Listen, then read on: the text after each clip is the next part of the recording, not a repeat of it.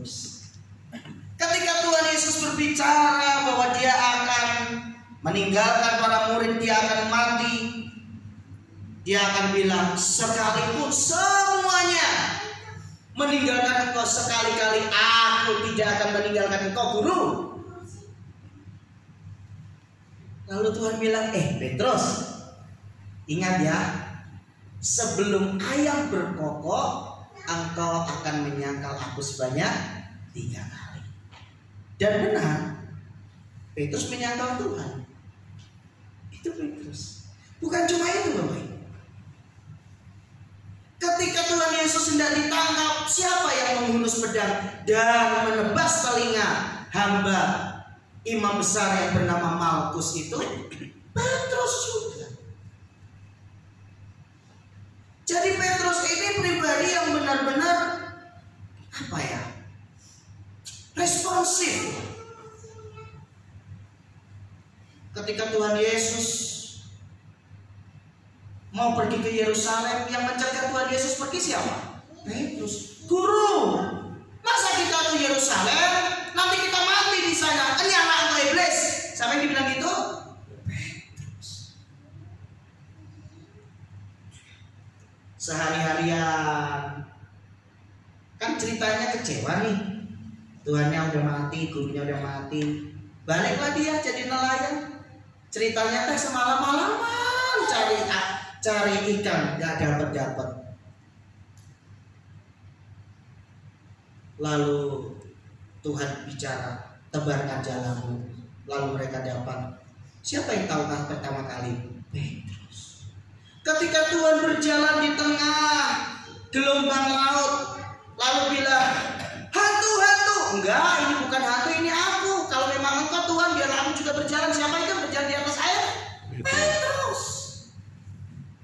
Jadi Tuhan ini punya kenangan sangat banyak dengan Petrus ini. Makanya perhatikan baik-baik, peristiwa Pentakosta mengubah Petrus yang penakut itu menjadi seorang Petrus yang pemberani. Kisah Para Rasul pasal yang kedua ayat 14. Maka bangkitlah Petrus berdiri dengan ke-11 rasul itu, dan dengan suara nyaring ia berkata kepada mereka. Petrus menjadi juru bicara di antara para rasul-rasul yang lain. Hai kamu orang Yahudi dan kamu semua yang tinggal di Yerusalem, ketahuilah dan camkanlah perkataanku ini.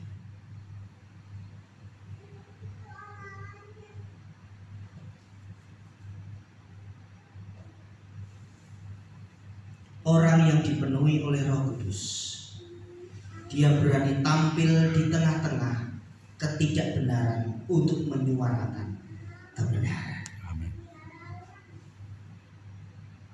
Dia datang dan menyampaikan kebenaran dari nyinyiran orang-orang yang menyindir dan memfitnah para rasul dan pengikut Kristus yang sedang dilawan oleh Roh Kudus.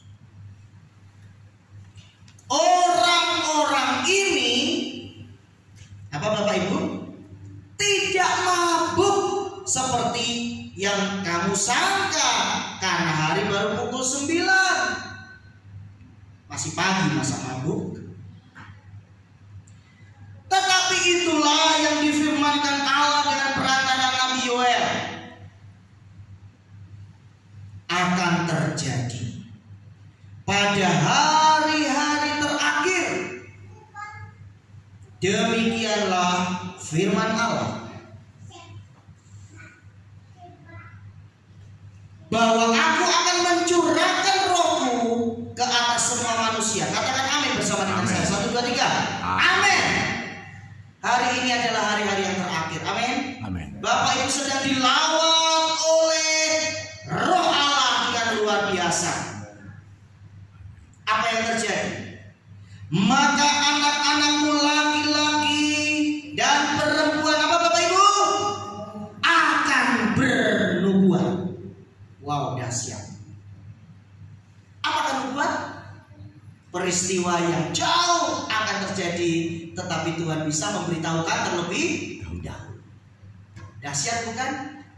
Betapa indahnya ketika kita semua sedang menyembah Tuhan, tampil seseorang dalam hadirat Tuhan menyampaikan nubuat. Tuhan kerjakan ini, Tuhan lakukan ini, dan pasti terjadi karena bukan dibuat-buat, tetapi karena Tuhan yang berbicara.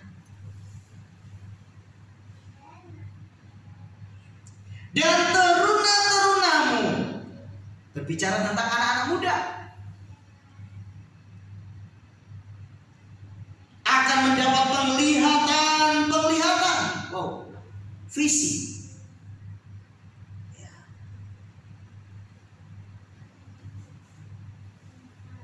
Visi gereja kita apa? Amanat aku. Beritakan, menjadikan semua orang murid-murid Kristus.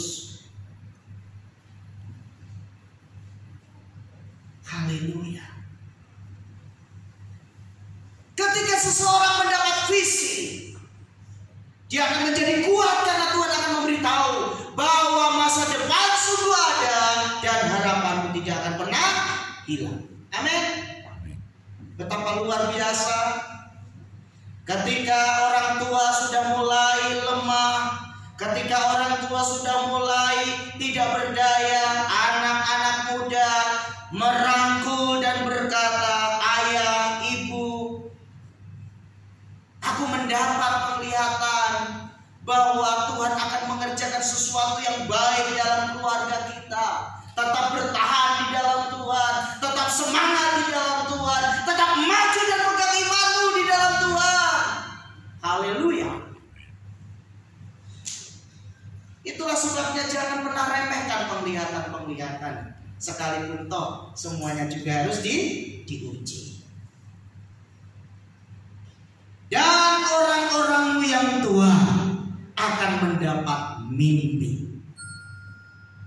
Apa bedanya penglihatan dan mimpi?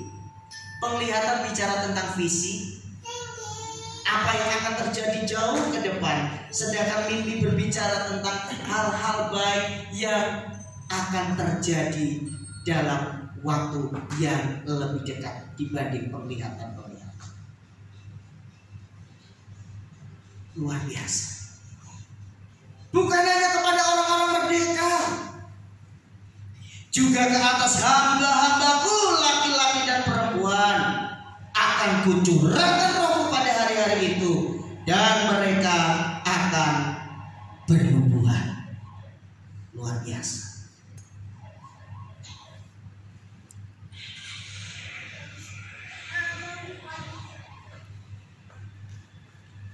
Apa yang Tuhan akan kerjakan di akhir zaman ini? Mari kita baca bersama-sama ayat yang ke-19. 3, 2, 1. Dan aku akan sama-sama? Dan aku akan mengadakan mujizat di atas, di langit, dan tanda-tanda di bawah, di bumi. Apa saudara? Darah dan api dan gumpalan asap. Ayat 20 sama-sama. Ini berbicara tentang eskatologi, pelajaran tentang akhir zaman nanti.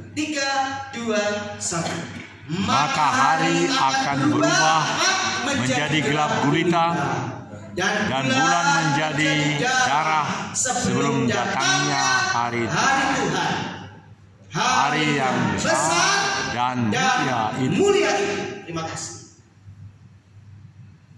Kita semua bangkit berdiri di ayat 21 karena ini sangat penting ya. Kita semua bangkit berdiri. Ayat 21 kita baca sama-sama pada hitungan yang ketiga. Ini sangat penting karena inilah yang harus kita alami. 3, 2, 1. Dan barang siapa yang berseru kepada nama Tuhan akan diselamatkan. Beri tepuk tangan buat Tuhan Yesus. Haleluya. Hanya yang berseru kepada nama Tuhan. Silakan duduk Bapak Ibu dikasih Tuhan. Berarti pada akhir zaman banyak orang yang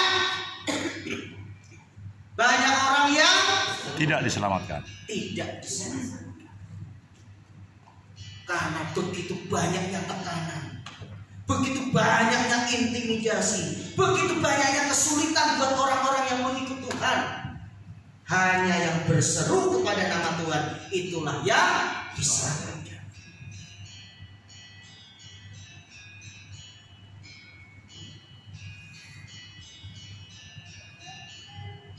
5 menit ke depan saya akan berbicara sesuatu yang sangat tidak menyenangkan buat telinga kita, tapi harus saya sampaikan karena ini kebenaran.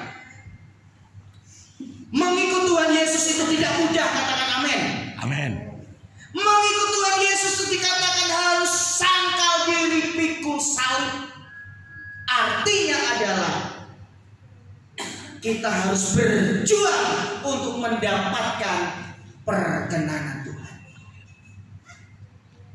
Itulah sebabnya Bapak Ibu yang dikasih Tuhan, jangan suka khotbah-khotbah yang meninam-bobokkan telinga kita. Khotbah-khotbah yang hanya bicara tentang berkat, kesembuhan, hal-hal yang menarik, tetapi juga tentang bagaimana kita harus bertahan dengan iman kita manakala peristiwa-peristiwa sulit itu terjadi. Kalau Bapak Ibu mau jujur, lihat dari ke-12 Rasul Yesus Kristus. Yudas Iskariot kita coret, Rasul Paulus menggantikannya. Hanya satu yang mati dengan mati tua, tetapi itu pun sudah mengalami peristiwa yang tidak menyenangkan, digoreng tetapi gak mati-mati, yaitu Yohanes. Selanjutnya matinya mengerikan. Kapan-kapan saya akan khotbahkan peristiwa kematian para rasul. Ada yang dipancung, ada yang disalib dengan kepala terbalik, ada yang ditikam dengan pedang, ada yang diseret, ada yang dikulitin. Mengerikan. Tetapi mereka adalah para martir yang karena imannya kepada Tuhan menjadi benih untuk gereja Tuhan boleh bertumbuh. Kita sebagai anak-anak Tuhan harus anak-anak Tuhan yang militan.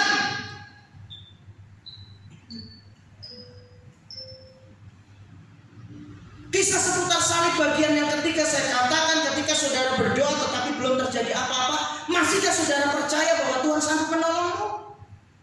Kita harus sampai pada iman yang seperti itu. Sekalipun Tuhan yang aku sembah sanggup untuk melepaskan aku, Dia akan melepaskan aku. Tetapi sekalipun tidak, ya Tuhanku Raja, sekali-kali aku tidak akan menyembah patung buatan Tuhanku itu. Itulah yang namanya punya iman bergantung penuh kepada Tuhan.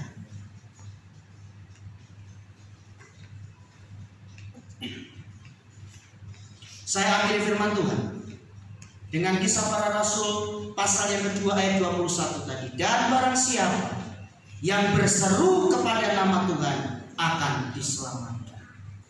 Biarlah di hari Pentakosta, di sore hari ini, di mimbar Tuhan yang kudus, saya ingin mengingatkan kepada kita semua, tetaplah berseru kepada nama Tuhan agar kita diselamatkan. Amin. Tidak ada nama lain yang kepadanya kita diselamatkan selain nama Yesus, Juru Selamat itu. Ketika saudara terseok-seok karena prosesnya Tuhan, tetap sebut nama Yesus penolongku.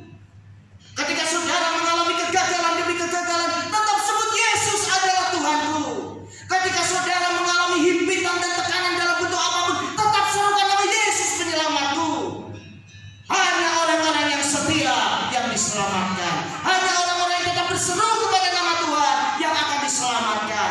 Itulah sebabnya, mari sidang jemaat gereja Betel Pembaruan Jemaat Pentahiran tetap serukan nama Tuhan dalam keadaan apapun. Tetap percaya kepada Tuhan dalam keadaan apapun. Nantikan setiap janji-janji Tuhan terjadi dalam hidupmu, dalam hidupku. Amin. Mari kita semua bangkit berdiri. Kita akan segera akhiri ibadah kita pada sore hari ini. Mohon para pelayan untuk maju ke depan. Kita akan naikkan pujian Aku Punya Tuhan yang Besar.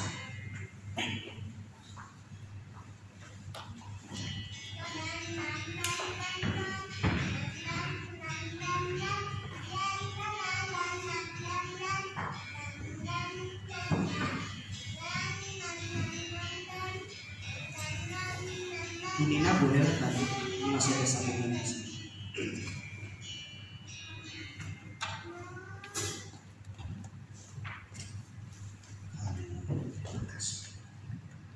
Mari kita siapkan hati kita. Beberapa saat kita bersaat teduh di hadapan Tuhan. Kita ingat segala kebaikan Tuhan. Kita ingat segala pertolongan Tuhan kepada kita. Betapa Tuhan itu luar biasa. Aku punya Tuhan yang besar, yang telah berjanji dan sanggup menggenapi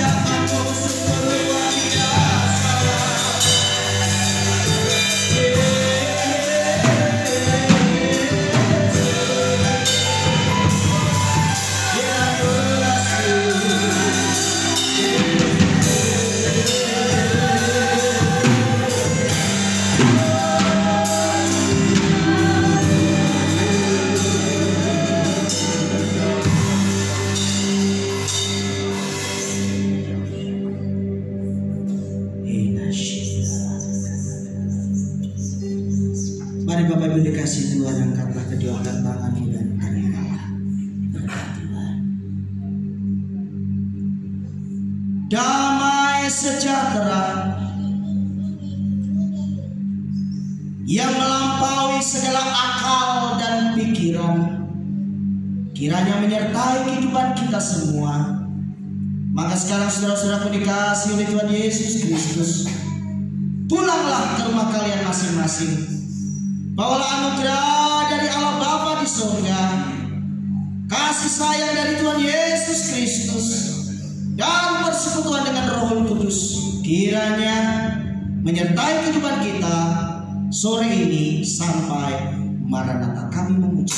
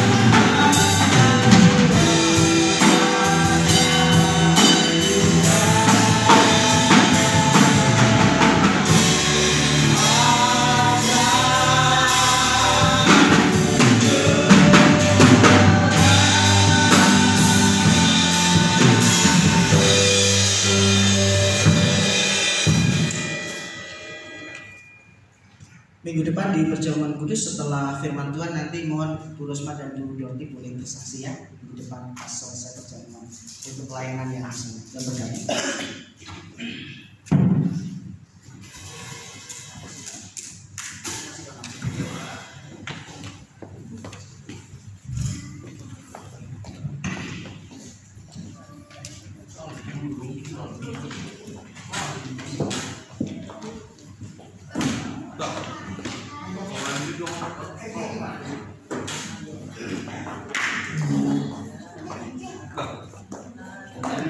Semangat itu.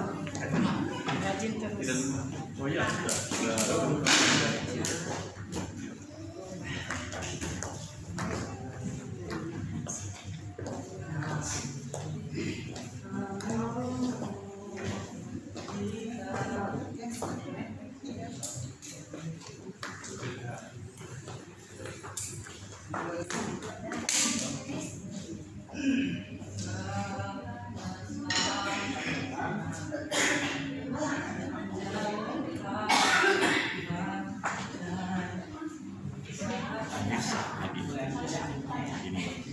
Bagian akhir ada program rumah gereja. Jumpa lagi hari Minggu depan.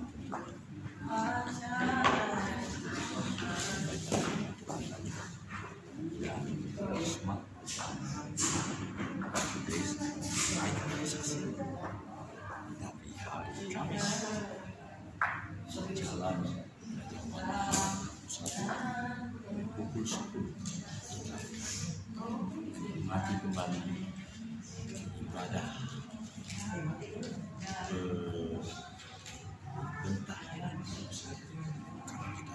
melahirkan doa sekutu terus-menerus.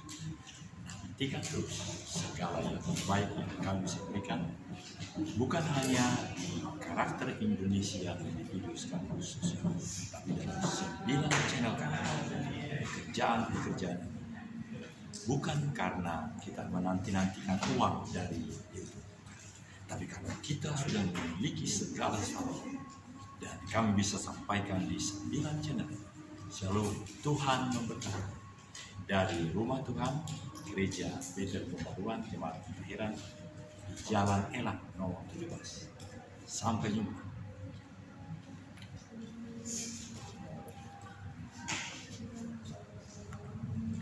Ya, ternyata masih ada 6 menit dan inilah segala keadaan kita. Dan ini bagian yang terakhir. Harapan sebenarnya adalah seandainya gembala kami Profesor Dr. Emeritus Iping Nuryadin boleh hadir juga di sini. Karena hari Kamis lalu beliau sudah hadir.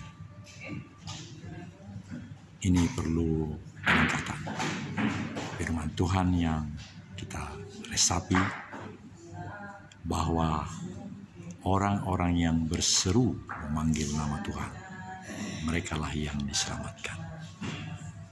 Bagaimana mereka berseru memanggil nama Tuhan kalau mereka belum tahu namanya?